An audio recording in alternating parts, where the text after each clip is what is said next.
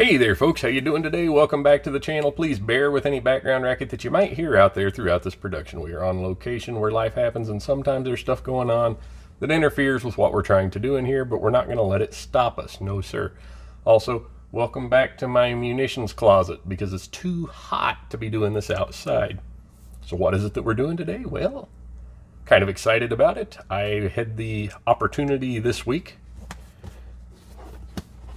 to bring this to show and tell. Well, let's see. Hopefully you can see that. What do we have in this nifty blow molded plastic box?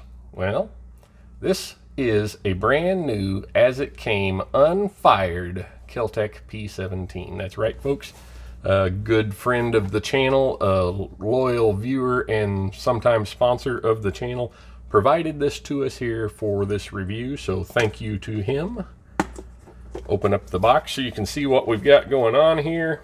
This is more or less how it came. Of course, I have been in here and looked at it some, but the pistol is unfired. You have the KEL TEC P17 with a chamber flag there, safe and empty weapons, has an empty magazine in it. There's another empty magazine here. It actually came with 3 magazines, but I went ahead and put rounds in one of those to verify the round count. We'll talk about that in a minute. Here you have a threaded barrel extension and the takedown tools for the weapon. Underneath the foam is the lock and the manual. I really don't think y'all want to see those.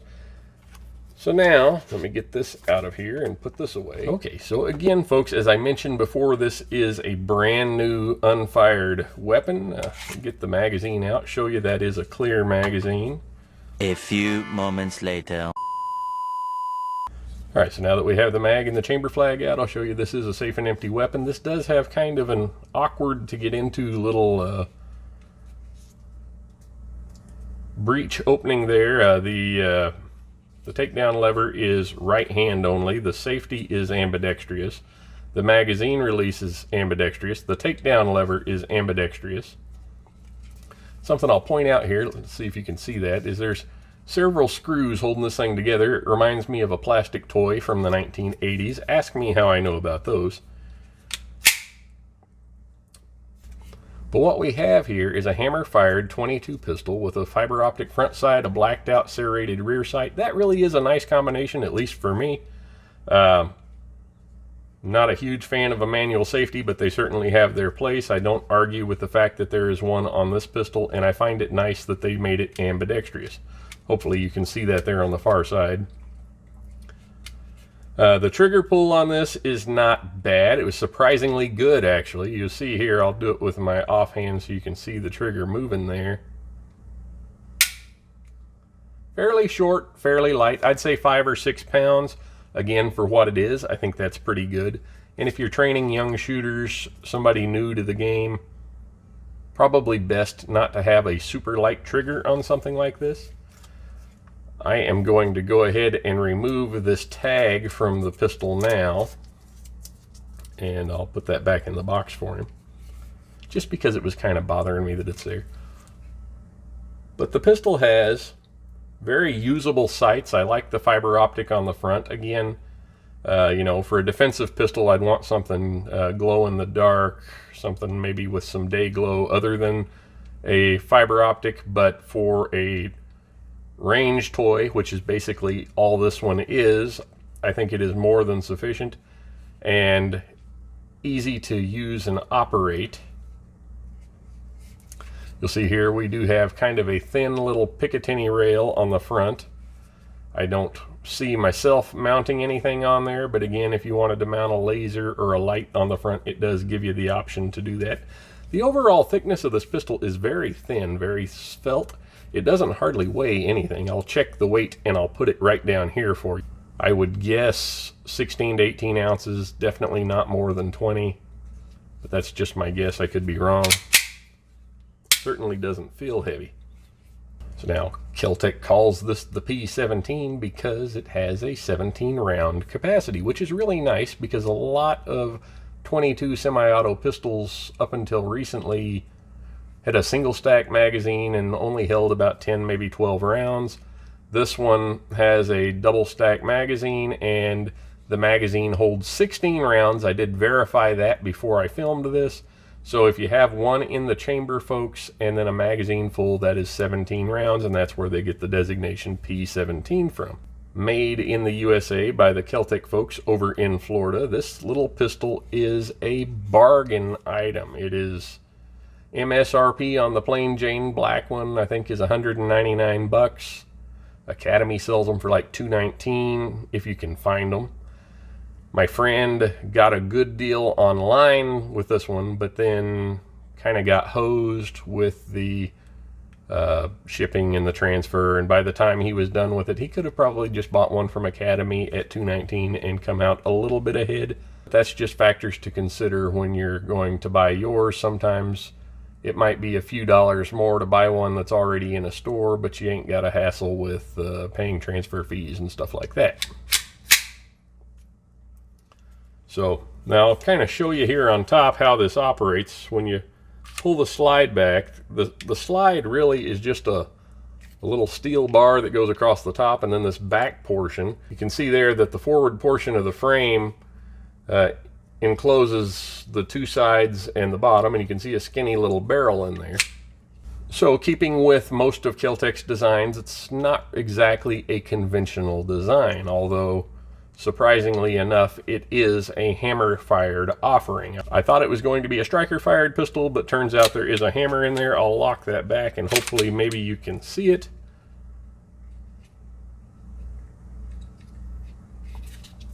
I'll take a picture of that so you can see right down there, but there is a hammer that pops up and hits the tail end of that firing pin. Here is that hammer. We talked about in the review video of this pistol that it is a hammer-fired weapon. And I'll show you here, I'll pull the trigger, how the hammer slides forward. Now, most of my regular viewers know that when it comes to specs and so on and so forth, I really don't beat them to death on here. If you want to know the specs, go to the company's website. They're all going to be listed on there. You guys want to know what I think of the pistol, how it shoots, how it feels. And so we're going to get over to the range right now and check that out.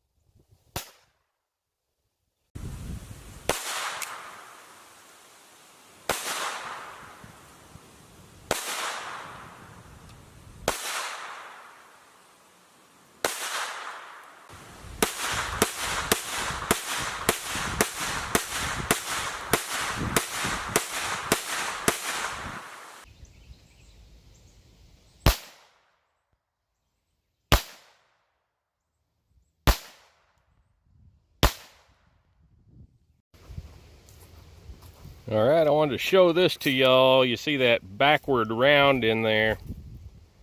That was the only stovepipe that we've had in a couple hundred rounds with this brand new pistol, but we did get one. We also had one failure to feed very early on. Okay, folks, we're back from the range. Man, it's hot out here.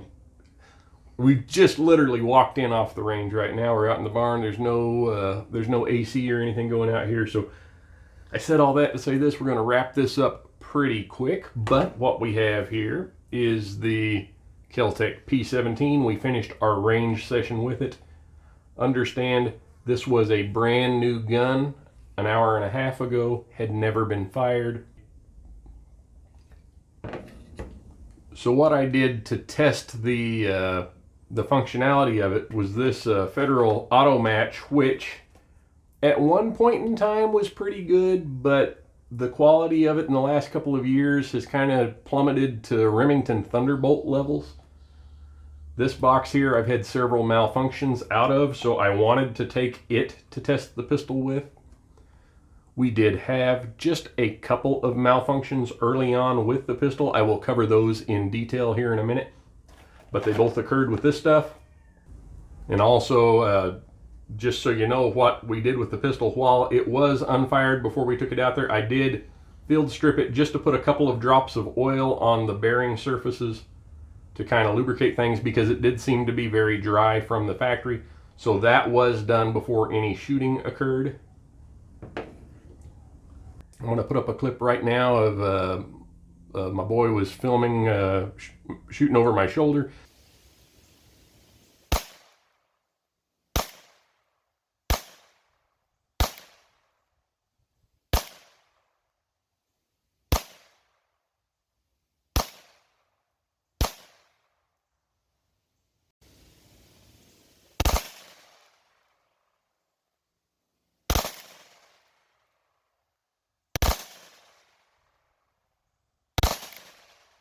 Actually see how slow the pistol was cycling with that Federal Auto Match ammunition. So it did pretty good with that. It didn't do great with that. That is what I expected to have it. That is what I expected to have happen. The other types of ammunition that we fired through this were Remington Golden bullets, 100% functionality there, CCI mini mags, Federal American Eagle, and what was the other one? Winchester Super X. Let's see. Yeah. Federal Auto Match, Remington Golden bullets, CCI mini mags, Winchester Super X, and Federal American Eagle. Shot all of those, as well as a few other random rounds that I had in a cup. I just filled up magazines and function tested the pistol with those. As I said earlier, with the exception of a couple of rounds of this Federal Auto Match very early in the game, we had complete reliability with the pistol. Jumping over to our target that you see here, this is a target from BakerTargets.com. We're not sponsored or endorsed by BakerTargets.com. These were a channel sponsor by a viewer of the channel. Sent these to us so that we'd have to work with here. Tony, we appreciate that. Thank you so much for the targets. Up here on this side, you'll see a Federal Auto Match. Even though they functioned poorly, we held a pretty good group.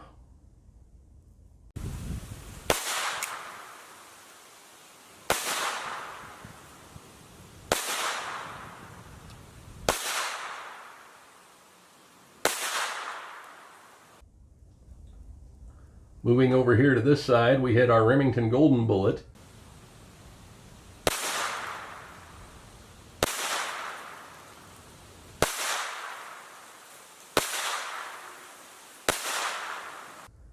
Now, something I'll point out here, for clarification, all of these groups were shot at 7 yards the exact same way, and I'm pleased overall with the point of impact that you see at 7 yards. While they were all a little high and a little to the right, they were all very consistent.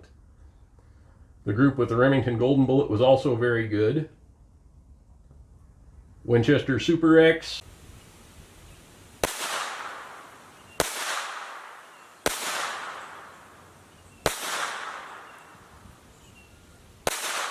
Was probably our best group.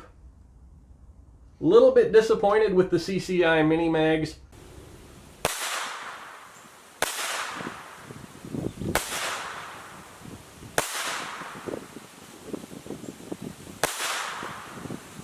So much so, I actually went back with a different target and I shot 2 other groups, and I'll point those out to you here.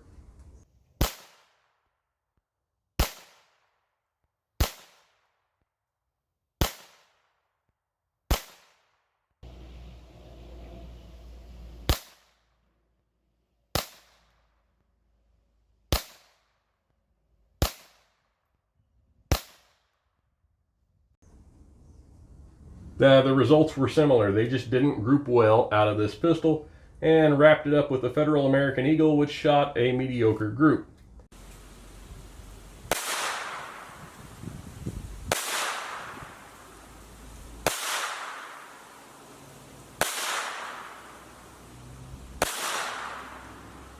So, all in all, for just range practice, range toy, You could shoot any of these ammunitions and probably some others without having to worry too much about point of impact shift or functionality. It overall shot very well with all of the ammunitions that we tried. My boy and I went on to play some games with that Wizard of Oz target that we had up here last week, and that was a lot of fun.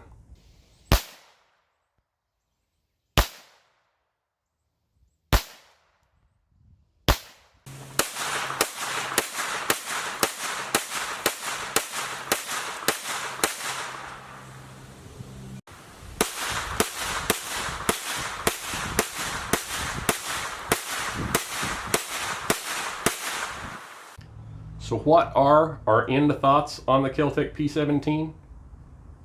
For a $250 investment, it's really good. Reliability was 99%. Again, the only reliability issues we had were with absolutely garbage ammo. And keep in mind, it is a 22 rimfire, and even sometimes with good ammo, you can have duds, underpowered loads, so on and so forth with those rimfire cartridges. Just something to consider. That's why, in my opinion, something like this doesn't make the best personal defense weapon, but for a range toy, let me try that in English. For a range toy or a training aid, I really can't think of anything better than learning to shoot well with something like this. Suffice it to say, if you can master shooting a weapon like this, then something of higher quality, better ergonomics should be that much easier to shoot. So if you have one of these, I'd like to hear your stories on it. If you are curious about these, I got to be careful how I word that because the thought police are listening. Let me restart that. So if you have one of these, I'd like to hear down below what your experiences have been.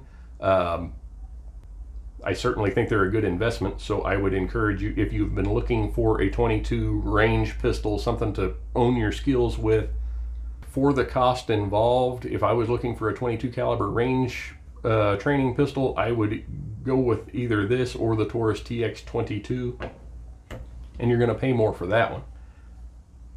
There are certainly nicer, more refined 22 caliber target pistols on the market, but not anywhere near this cost. You could literally have 3 of these for what I paid for my Ruger Mark IV. And keep in mind, we will be covering the takedown and disassembly of the pistol in a separate video, so stay tuned for that. But as always, thanks for watching. Take care. God bless.